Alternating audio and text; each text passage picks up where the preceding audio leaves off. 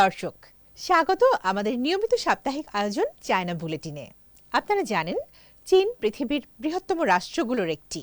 চীনের রাজনৈতিক, সমাজতান্ত্রিক, প্রশাসনিক বা কূটনৈতিক ঘটনাবহুল খবরগুলো বন্ধুপ্রতিম দেশ বাংলাদেশের দর্শকদের সাথে ভাগ করে নিতেই চায়না মিডিয়া গ্রুপ সিএমজির এই বিশেষ আয়োজন।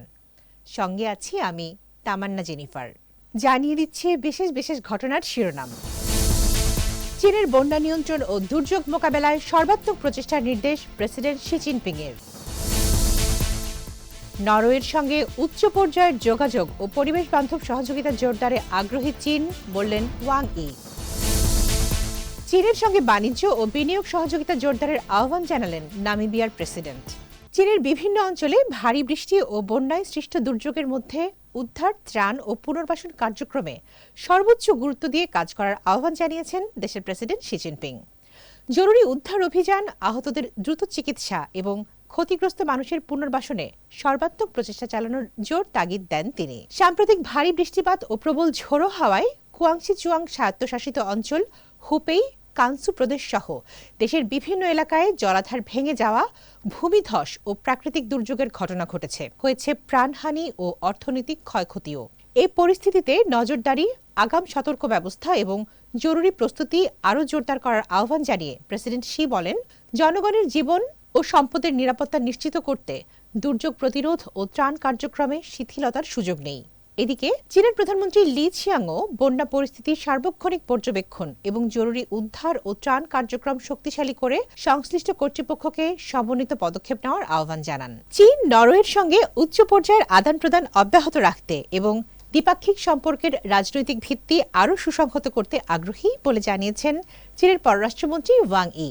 তিনি বলেন, চীন বিশ্বাস করে নরওয়ে এক চীন নীতিতে দৃঢ় অবস্থান বজায় রাখবে, যা জাতিসংঘ সনদের উদ্দেশ্য ও নীতির সঙ্গেও সামঞ্জস্যপূর্ণ। সোমবার নরওয়ের রাজধানী অসলোতে দেশটির প্রধানমন্ত্রী জোনাস গার স্টোরের সঙ্গে বৈঠকে ওয়াং বলেন, উভয় দেশের উচিত নিজ নিজ পরিপূরক সক্ষমতাকে কাজে লাগিয়ে অর্থনীতি, বাণিজ্য ও উদ্ভাবন সহ বিভিন্ন ক্ষেত্রে সহযোগিতা আরও গভীর করা।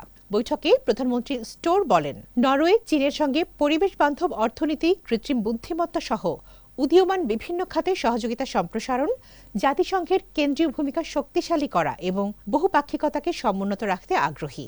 এদিকে নরওয়ের পররাষ্ট্রমন্ত্রী এসপেন বার্থ আইডের সঙ্গে বৈঠকে ওয়াং ই বলেন, চীন ও নরওয়ের উচিত পারস্পরিক সহযোগিতা আরও গভীর করে বিশ্বশান্তি, স্থিতিশীলতা ও উন্নয়নে যৌথভাবে অবদান রাখা।